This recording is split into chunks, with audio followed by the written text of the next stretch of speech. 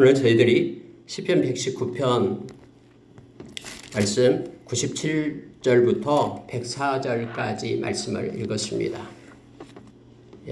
한 주간 이 시편 119편을 1절부터 176절까지 있는 말씀을 쭉 다시 읽어볼 수 있는 그런 기회가 있었습니다. 그리고 이 말씀을 통해서 많은 은혜를 받아서 이 시간에 같이 이 말씀을 가지고 은혜를 나누기를 원합니다.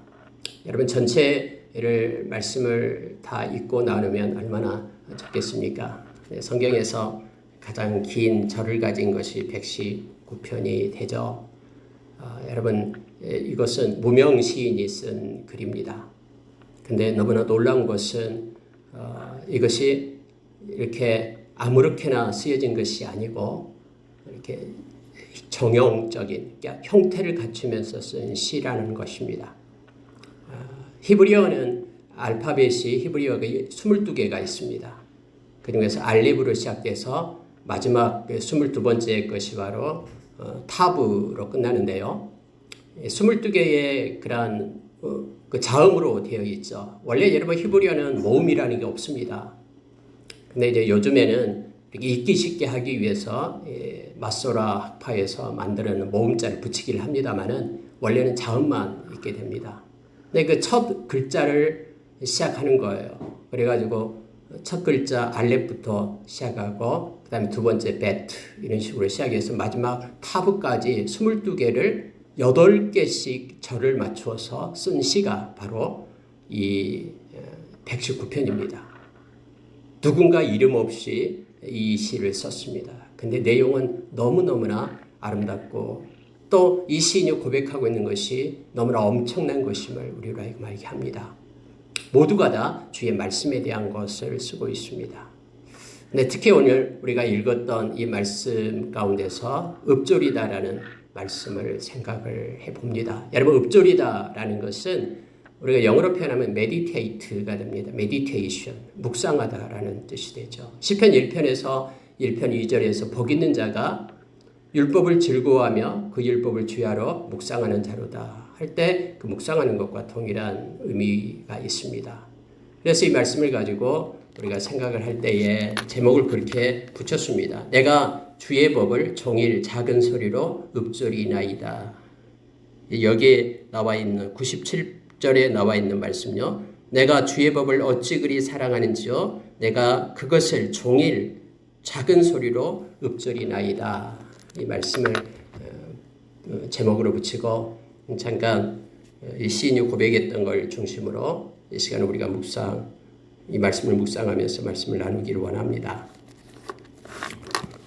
여러분 세상의 모든 일들은 그냥 나타나는 것이 아니죠. 우리가 행동하고 우리가 삶을 살고 경영하고 하는 모든 것들은 마음과 생각으로부터 그게 근원지가 마음과 생각으로부터 나와서 우리의 삶이 이루어지는 것임을 우리는 너무나 잘 압니다.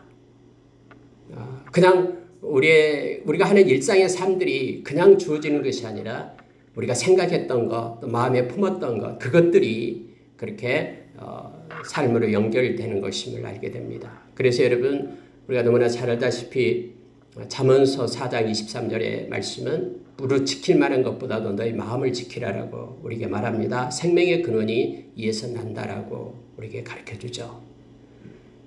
여러분 만약에 우리 마음 가운데 어떤 생각을 가지고 어떤 마음을 품느냐에 따라서 우리의 삶이 달라지게 됩니다. 예수님께서는 마가복음 9장 21절에서 그래서 사람을 더럽히는 것은 바로 우리에게 들어가는 것, 먹는 것이 사람을 더럽히는 것이 아니라 우리에게서 나오는 것, 즉 마음에서 나온 악한 생각들이 우리의 삶을 더럽힌다라고 말합니다. 그러니까 마음에서 나오는 것들이 실제 삶으로서 그렇게 우리를 더럽힌다라고 말하고 있는 것입니다. 그래서 예수님께서 그렇게 12가지를 가지고 우리에게 이렇게 말씀을 하셨죠. 음란부터 시작해가지고 마지막에 우매함까지 12가지를 말합니다. 실제 여러분 생각하고 있다라는 것들이 이처럼 삶의 어떤 형태이든 우리가 알지 못한 어떤 형태로 그렇게 나타난다라고 말합니다. 그러니 마음을 지켜라라고 말합니다. 로마서 1장 28절에 보면은 마음에 하나님 두기를 싫어하는 사람들이 이 세상에서 행하는 여러 가지 일들이 나옵니다. 거기는 21가지나 조목조목 써서 우리에게 가르쳐 주죠. 추악, 모든 불의, 추악, 탐욕, 악의가 가득한 자요부터 시작해서 우리의 마음 가운데 하나님 두기를 싫어할 때에 하나님 없이 나오는 그런 마음들이 우리의 삶의 그런 결과를 이루어내임을 우리로 하여금 알게 합니다. 그러면 우리의 마음 가운데 우리는 무엇으로 채워야 됩니까? 무엇을 가지고 우리의 마음을 지켜내야 됩니까? 라는 우리가 질문을 하게 됩니다. 골로새서 3장 16절의 말씀은 우리로 하여금 이것을 깨닫게 합니다. 그리스도의 말씀이 우리의 마음 가운데 풍성히 거할 때에 우리가 지혜를 얻는다라고 얘기합니다. 그리고 가르치고 권면할 수 있는 동력도 얻게 됩니다. 시와 찬미와 신령한 노래로 하나님을 찬미할 수 있는 그런 마음의 평안함도 얻게 됩니다. 모든 것에 대해서 세상이 요동한다 할지라도 하나님께 감사하며 나갈 수 있는 그런 깊은 마음을 갖게 된다라고 성경은 말합니다. 그래서 여러분, 우리의 마음 가운데 그리스도의 말씀으로 우리가 채우게 될 때 그 말씀은 히브리서 4장 12절의 말씀처럼 살아있어서 운동력 있는 말씀이기 때문에 그 말씀이 우리의 혼과 영과 관절과 골수를 찔러 쪼갠다라고 말하죠. 그리고 우리의 마음과 생각을 감찰하는 것이, 새롭게 하는 것이 하나님의 말씀임을 우리로 알게 합니다. 여러분, 혼을 찔러 쪼갠다라는 것은 우리의 사고, 우리의 정신, 우리가 생각하는 추구하는 이념, 우리의 철학, 우리의 이론, 이 모든 것들이 다 포함이 됩니다. 그것들이 말씀의 조명 아래 있고 말씀 아래 있게 됨을 알게 합니다. 말씀은 살아있기 때문에요. 성령의 검이기 때문에 악한 자가 우리의 영혼 가운데 우리의 영을 찔러 쪼갠다라는 것은 이 말씀이 악한 자가 우리의 영혼을 훔쳐가지 못하도록 우리의 마음을 지키고 우리를 말씀 아래 세우게끔 한다라는 것입니다. 우리가 여러분 고린도후서 10장 4절 이하에 보면은 하나님보다 더 높아지려는 모든 것들을 우리는 무너뜨린다라고 말합니다. 그 속에는 철학이 있고 이념이 있고 또 어떤 이론이 있고 우리의 사고가 있다라고, 그 사고를 그리스도에게 복종시키게끔 한다라고 우리에게 가르쳐주고 있죠. 그래서 결국은 우리가 하나님의 말씀을 묵상하는 자가 그래서 복 있는 자다라고 성경은 우리에게 말해주고 있습니다. 왜냐하면 그는 시편 1편 3절에서 시냇가에 심은 나무와 똑같다라고 말해주고 있잖아요. 그래서 시냇가에 심은 나무는 철을 따라 과실을 맺는다고, 열매를 맺는다라고 말합니다. 어떤 철이든 그 철을 따라서 열매를 맺고 그가 행하는 모든 일이 다 형통한다라고 그렇게 말해주고 있는 거예요. 무슨 얘기냐면은 말씀이 율법을 즐거워하면서 주야로 묵상하는 그 결과가 바로 시냇가에 심은 나무와 똑같다라고, 실제 삶과 연결이 된다라고 말하고 있는 것입니다. 오늘 여러분 이 말씀을 가지고 이 시인의 고백을 우리가 받기를 원합니다. 시인은 오늘 이 말씀을 깊게 묵상하면 세 가지 것을 고백하고 있는 것을 보게 됩니다. 우선 첫 번째 고백이 바로 뭐냐면요, 주의 말씀을 사랑하고 함께하고 기뻐합니다라는 고백입니다.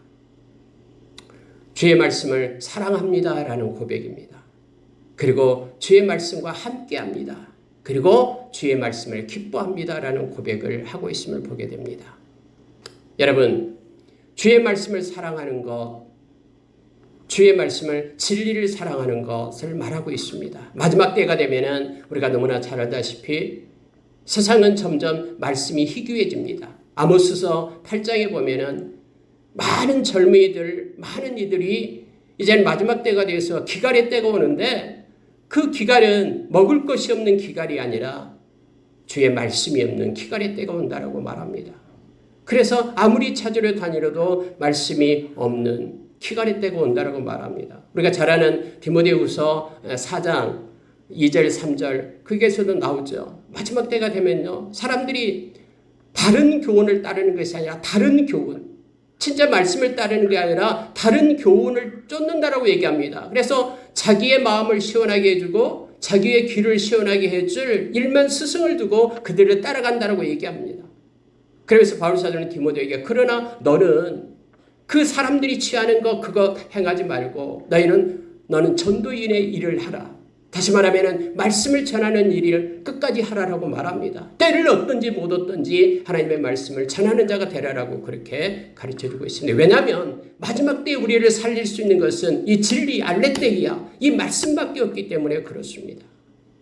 그래서 디모데 데살로니가후서 2장에서 마지막 때에 이 악한 자가 불법의 비밀들이 나타나가지고 막 어떤 기적도 행하고 엄청난 일을 행한다라고 말합니다. 그러나 마음의 진리의 사랑, 이 진리, 말씀의 사랑이 없는 자들은 바로 그곳에 현혹되어 가지고 그것들을 따라간다라고 말합니다. 그러나 말씀의 사랑을 가진 자, 그는 말씀을 붙들고 생을 살아가게 됨을 우리가 알게 합니다. 이 시인이 지금 그렇다라는 거예요. 말씀을 너무너무나 사랑했다고 말합니다. 여러분 다른 데 뒤쪽에 읽어보면요. 말씀을 읊조리기 위해서 내가 새벽에 일어난다이다. 이른 아침에 내가 일어나서 말씀을 읊조리고 사랑하는 말씀을 읊조리기 위해서 그렇게 일어났다라고 그렇게 말하고 있습니다. 주의 말씀을 조용히 읊조리려고 내가 새벽녘에 눈을 떴나이다 라고 말하는 것처럼 그렇게 말씀에 대한 사랑이 있었음을 말합니다.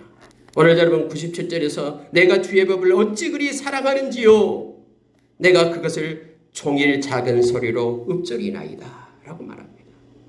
사랑하지 않는데 어떻게 말씀을 종일 읊조리겠습니까? 마음속에 그의 말을 담아두겠습니까? 사랑하는 연애 편지를 사랑하는 사람의 그 편지 연애 편지를 받으면 읽고 또 읽고 또 읽고 하는 것이죠. 사랑하기 때문에 그런 것이죠. 그래서 여러분 이 시인은 지금 고백하는데요. 주의 말씀을 내가 사랑하였습니다 라고 고백합니다. 진리의 사랑이 그의 마음 가운데 있다라고 말합니다. 여러분과 저가 이 시인처럼 주의 말씀을 사랑하는 자가 되기를 원합니다. 그리고 늘 그 말씀과 함께하기를 원합니다. 오늘 98절에서 주의 계명들이 항상 나와 함께함으로 라고 말합니다. 항상 나와 함께함으로. 물론 사랑하면 함께하고 싶어합니다. 그래서 주의 말씀을 사랑하니까 그 말씀을 늘 읊조리고 묵상하게 되어서 함께하게 되겠죠. 그리고 너무너무 그것을 기뻐함을 성경 말합니다. 103절에서 주의 말씀의 맛이 내게 어찌 그리 단지요 내 입에 꿀보다 더 다니이다. 주의 말씀이 너무나 좋고 너무나 좋아서 입에 꿀처럼 그렇게 달아서 이 꿀이다라는 것은 기쁨을 얘기합니다. 너무나 주의 말씀이 내 영혼을 기쁘게 하고 내 마음을 기쁘게 합니다. 세상에는 기뻐할 일이 없지만 사람을 보고 세상을 보면 늘 우울하고 늘 소망이 없는 것처럼 보이지만 주의 말씀은 나에게 소망을 주기 때문에 로마서 15장 4절에서 가르쳐주잖아요. 주의 말씀은 나를 위로하시고 주의 말씀은 나에게 소망을 주고 나로 하여금 인내케 하기 때문에 주의 말씀의 그 단맛이 너무 커서 내가 매일 기뻐합니다 라고 고백하고 있는 것입니다. 여러분 이 시인처럼 저와 여러분도 주의 말씀에 대해서 사랑함과 함께함과 기쁨이 말씀으로부터 우리가 있기를 원합니다. 그리고 주의 말씀을 기뻐하는 자로 늘 그렇게 서기를 원합니다. 주의 말씀을 보면 더 보고 싶고 읽으면 더 읽고 싶고 들으면 더 듣고 싶고 그래서 여러분 우리가 요한계시록 1장 3절에서요. 요한계시록은 복 있는 자에 대해서 6가지를 얘기하죠. 그 중에 첫 번째가 바로 그겁니다. 주의 말씀을 읽고 듣고 또 그것을 지키는 자가 복이 있다라고 우리에게 말합니다. 우리가 주의 말씀을 사랑하고 함께하고 또 기쁨으로 그 말씀을 붙잡는 저와 여러분 되기를 원합니다. 그래서 주님이 주신 이 말씀을 이 세상에 있을 동안에 많이 읽고 듣고 묵상하고 주님께 영광 돌리는 우리가 되기를 원합니다. 시인은 이것으로 그치지 않습니다. 시인은 오늘 어떻게 고백을 하고 있냐면요. 주의 말씀은 이 시인에게 주의 말씀은 지혜와 명철과 의로움을 공급합니다 라고 우리에게 가르쳐 줍니다. 오늘 말씀 가운데 시인은 그렇게 고백을 하고 있는 거예요. 이 주의 말씀이 너무나 사랑스럽고 함께하고 기뻐하기 때문에 그걸 묵상할 때마다 이 말씀을 통해서 그 말씀이 나에게 지혜를 공급하고 그 말씀이 나에게 명철을 주고 그 말씀이 나로 하여금 의로운 자로 그렇게 세웠습니다 라고 고백하면서 이 말씀을 읽고 있는 저와 여러분으로 하여금 주의 말씀을 붙잡고 살아갈 것을 지금 권면하고 있음을 보게 됩니다. 여러분 먼저 우리가 98절에서요. 주의 계명들이 항상 나와 함께하므로 그것들이 나를 원수보다 지혜롭게 하나이다. 그렇게 말하고 있음을 보게 됩니다. 여러분 원래 이 호크마가 지혜라는 뜻이죠. 지혜. 물론 히브리어로 호크마가 지혜고요. 헬라어로는 소피아가 지혜죠. 근데 이 지혜는 바로 말씀으로부터 온다라고 우리는 너무나 잘 알고 있습니다. 여러분, 하나님과 하나님의 말씀은 분리되지 않습니다. 예수님과 예수님의 말씀은 분리되지 않습니다. 어떤 사람은 나는 예수님은 사랑하는데 예수님 말씀은 사랑하지 않는다고, 이건 말이 되지 않습니다. 왜냐하면 성경에서는 나와 복음을 위하여 핍박을 받는 자, 또 이것을 진리 알레the이아라고 얘기할 때는 예수님과 또 예수님의 말씀을 함께 얘기합니다. 요한복음 8장 우리가 32절 이하에 보면은 진리에 대해서 말하는데 때로는 예수님 자신이 나는 길이요 진리요 진리를 얘기하고요. 때로는 예수님의 말씀이, 하나님의 말씀이 진리임을, 하나님의 말씀은 진리이니다라고 같이 얘기합니다. 그래서 말씀과 우리 주님과는 분리되지 않습니다. 그렇기 때문에 여러분, 우리가 주님을 사랑하고 또 주님을 사랑하는 자는 당연히 그의 말씀을 따르고 지키는 것은 당연합니다. 우리가 요한복음 14장 21절 23절에서도 동일하게 말씀하고 있죠. 나를 사랑하는 자는 내 계명을 지킨다. 나를 사랑하는 자는 내 말을 지킨다 하면서 주님께서는 그렇게 말씀을 합니다. 여러분, 오늘 여기에서 이 시인이 나에게 주의 말씀은 나에게 지혜를 줍니다. 그래서 여러분, 하나님과 하나님의 말씀은 우리에게 지혜입니다. 하나님을 경외하는 것이 지혜의 근본이라고 말하죠. 또 지식의 근본이라고 그렇게 말하고 있습니다.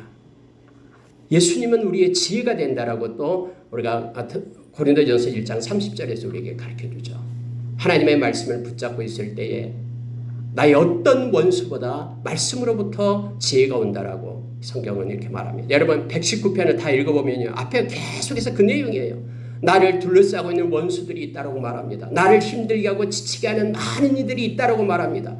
그들의 삶이, 그들의 생각이 옳을 것 같지만 나는 그러나 그들을 따라가지 않고 악인들의 꾀를 쫓지 않고 나는 말씀을 붙잡겠습니다. 왜냐하면 말씀이 진리고 지혜가 되기 때문이다라고 고백하고 있음을 보게 됩니다. 하나님의 말씀은 첫째로 우리에게 지혜를 공급합니다. 분명합니다. 골로새서 3장 16절에도 역시 그리스도의 말씀이 나의 마음 가운데 풍성히 거할 때 가장 먼저 내가 지혜를 얻고가 나옵니다.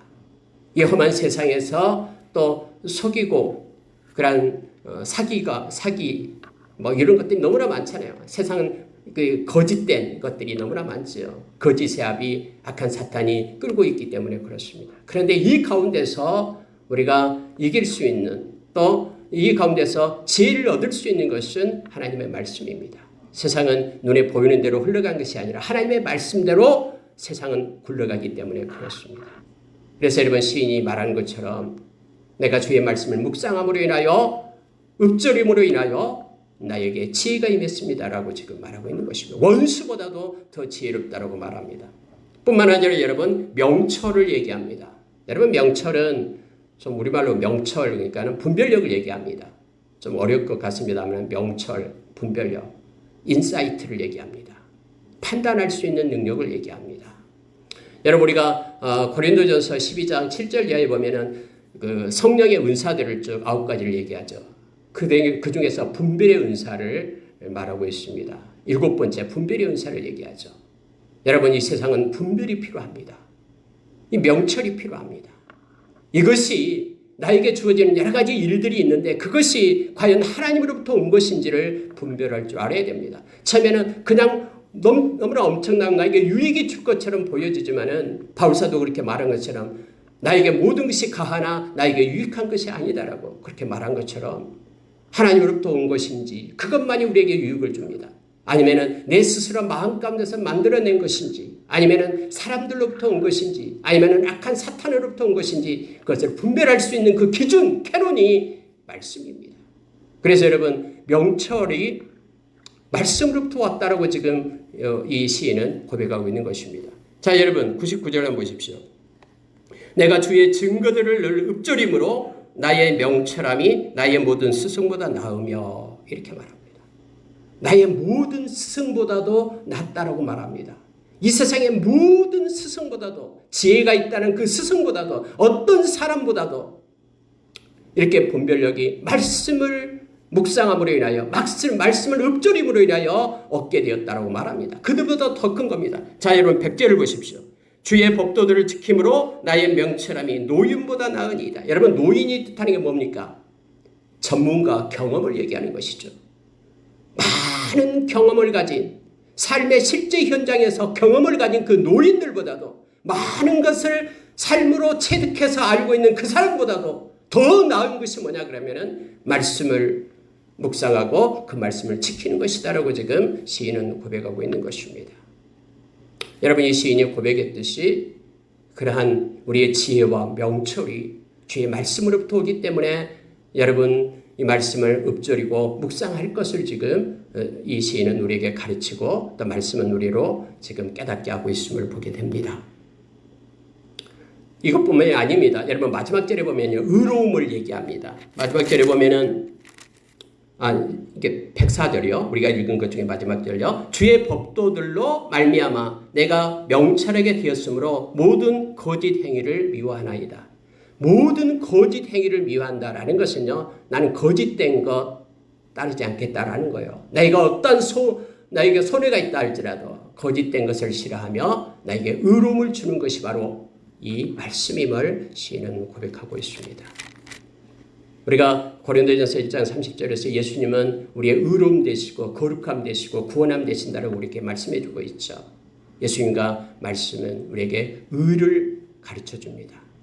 우리가 로마서 1장에 보면은요, 하나님의 이 복음, 이 말씀에는 하나님의 의가 나타나서 믿음에서 믿음에 이르게 한다라고 말합니다. 계속해서 우리가 이 세상 끝날 때까지 믿음으로 살 수 있게끔 하는 것, 믿음에서 믿음에 이르게 한다라는 것은 믿음으로 살 수 있게 한다라는 뜻이에요. 그것은 하나님의 말씀 때문이다라고. 하나님의 말씀에 나온 그러한 의로움 때문에 우리는 말씀을 붙잡고 믿음으로 이 세상 끝날 때까지 살 수 있다라고 바울사도는 그렇게 가르쳐 줍니다.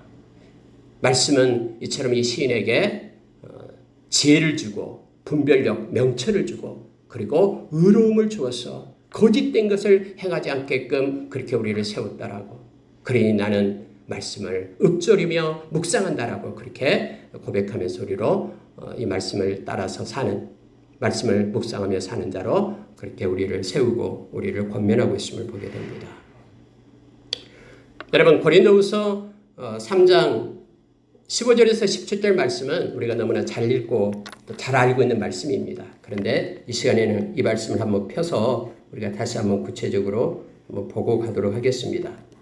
디모데후서 3장 15절에서 17절 말씀을 보십시오. 15절이 중요합니다. 디모데후서 3장 15절에서 17절 말씀입니다. 제가 읽는 성경책은 신약 346쪽이 되겠습니다.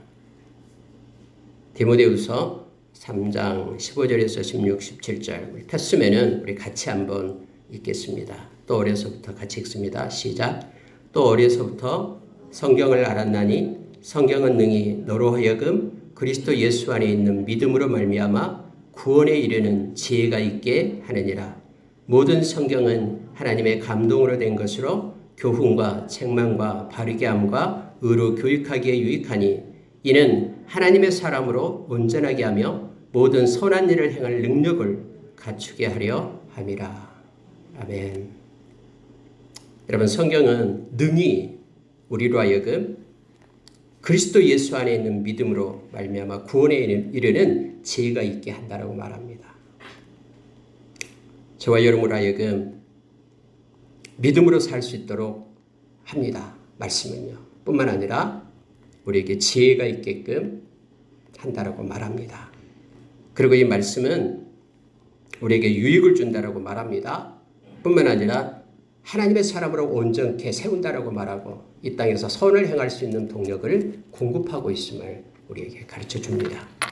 그러니 우리가 주의 말씀을 늘 묵상하며 오늘 시인처럼 종일 읊조린다. 작은 소리로, 큰 소리로 떠든 것이 아니라 남이 들으라고 하는 것이 아니라 내 스스로 작은 소리로 은밀하게 말씀을 묵상하며 그렇게 살아갈 것을, 말씀으로부터 지혜를 얻고 명철을 얻고 그리고 의로움 가운데 서서 살아갈 것을 요청해 주고 있습니다. 마지막으로 여러분, 이 시인은 또한 고백하고 있는 것이 뭐냐면요, 이 시인은 주의 말씀을 그래서 읊조리며 가르침을 받고 지키겠습니다라고 마음의 결단을 하나님께 드리고 있음을 보게 됩니다.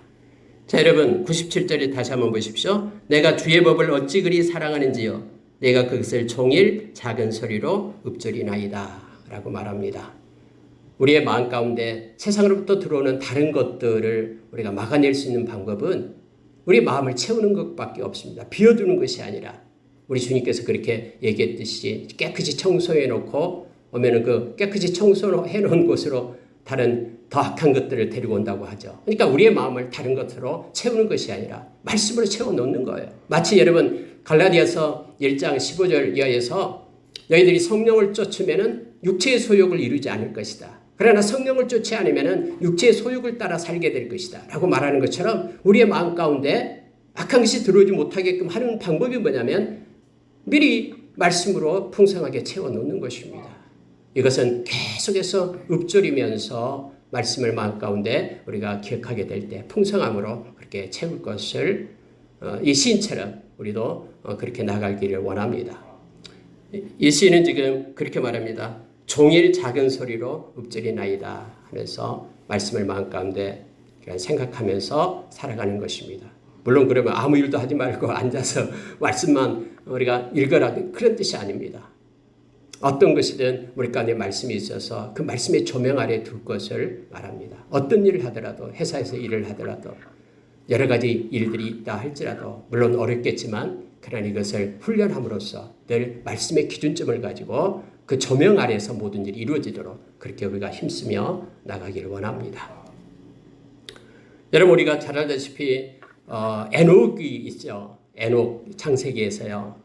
그는 하나님과 동행한 자였잖아요. 365년을 살았죠. 근데 하나님과 동행한 자였다고 말합니다. 그리고 그는 죽음을 보지 않고 하나님께서 그를 하늘로 올리셨죠. 하나님과 함께하면서 하나님과 교통하고 하나님과 동행하는 삶을 사는 그를 하나님께서 올리셨습니다. 죽지 않고 올라가는 사람이 엘리야가 있었고 에녹이 있었잖아요. 근데 여러분 에녹을 얘기할 때 그럼 에녹은 늘 하나님과 동행하면서 아무것도 일을 하지 않았습니까? 아니요. 성경에는 그가 그냥 일상생활을 했어요. 그래서 자식도 낳고 다 했다라고 성경에 나오고 있죠. 그럼에도 불구하고 그의 마음의 중심이 하나님께 있었음을, 하나님과 동행하는 삶을 살았음을 우리에게 말하게 합니다. 마찬가지로 우리가 말씀을 늘 이 시인처럼 종일 읊조리며 묵상하는 삶을 살기를 원합니다. 또한 그는 이렇게 말합니다. 가르침을 받았다라고 말합니다. 99절에 한번 보십시오. 내가 주의 증거들을 늘 읊조림으로 나의 명철함이 나의 모든 스승보다 나으며 해서 여기서도 읊조리며 이렇게 말하고 있죠. 그리고 여러분 100절을 보십시오. 주의 법도들을 지킴으로 나의 명철이 노인보다 나으니이다 라고 말하고 있습니다. 그리고 102절에 보면은 주께서 나를 가르치셨으므로 내가 주의 규례들에서 떠나지 아니하였나이다 이렇게 표현하고 있음을 보게 됩니다. 여러분 이 119편 읽다 보면은요. 그 말씀에 대한 여러 가지 표현들이 나와요. 첫째 율법이 나와요. 법, 율법. 이것은 모든 말씀을 전부 다를 포괄해서 말할 때에 그렇게 율법, 토라라고 말합니다. 9가지가 나옵니다. 근데 이것을 우리는 면밀하게 구분할 필요는 없습니다. 9가지가 나오는데 그 모든 것들이 다 말씀이라고 보면 됩니다. 근데 말씀을 어떤 각도에서 보느냐, 무엇을 강조해서 보느냐에 따라서 그렇게 표현을 써서 이렇게 다른 표현을 써서 나타냅니다. 예를 들어 말씀이 나와요. 말씀이다 그럴 때는 다바르라는 말씀은 뭐냐면 하나님이 직접 입에서 말씀했다라는 것, 하나님이 말하는 말씀이다라는 것을 거의 강조할 때는 그냥 말씀이라는 의미로 표현을 하고 있습니다. 이처럼 9가지가 나와요. 때로는 약속이 나와요. 이렇게 약속이라는 것을 말할 때는 이거 하나님께서 말씀한 것이기 때문에 반드시 성취됩니다 라는 걸 강조할 때는 약속이라는 표현을 써서 나타내기도 합니다. 또 하나님의 길을 따른다. 길도요. 이 길이라는 말도 말씀이라는 뜻이에요. 결국요. 길이라고 말할 때는 우리의 삶의 그런 방법을 강조할 때는 길을 따르라라고 그렇게 표현하고 있습니다. 9가지 방법이 나옵니다. 뭐 규례가 나오고 율례가 나오고 때로는 뭐 여러 가지 것들이 나오고 우리 여기에서도 여러분 자 97절에서는 법이라고 나오죠. 이때는 법은 토라입니다. 율법을 얘기하고요. 계명이 나오죠. 98절에 주의 계명은 미tz와예요. 이 계명이다라는 것은 믿지와 하나님께서 명령하시기 때문에 이것은 준행할 책임이 있다. 이것을 강조할 때는요. 믿지와라는 이게 계명을 쓰고요. 99쪽에서는 증거가 나와요. 증거라고 얘기할 때는 하나님께서 선포하고 성취하시고 확장하시고 이것을 강조하실 때는 증거라는 단어를 써서 표현합니다. 그러나 이 모든 것들을 볼 때 우리가 말씀으로 그냥 받으면 됩니다. 조금 강조해서 그렇게 나타내고 있다고 보면 됩니다.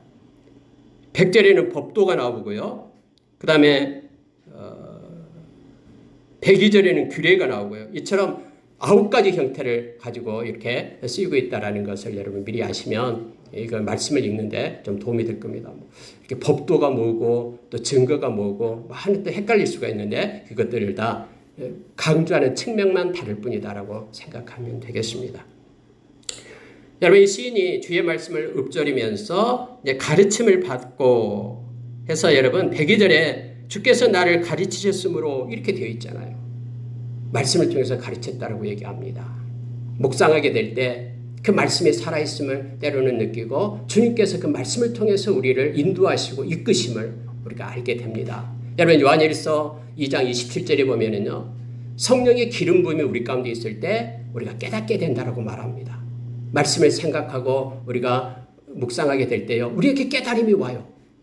갑자기 우리에게 깨달음이 옵니다. 이것은 주님께서 기름 부어서 우리를 가르치시는 것입니다.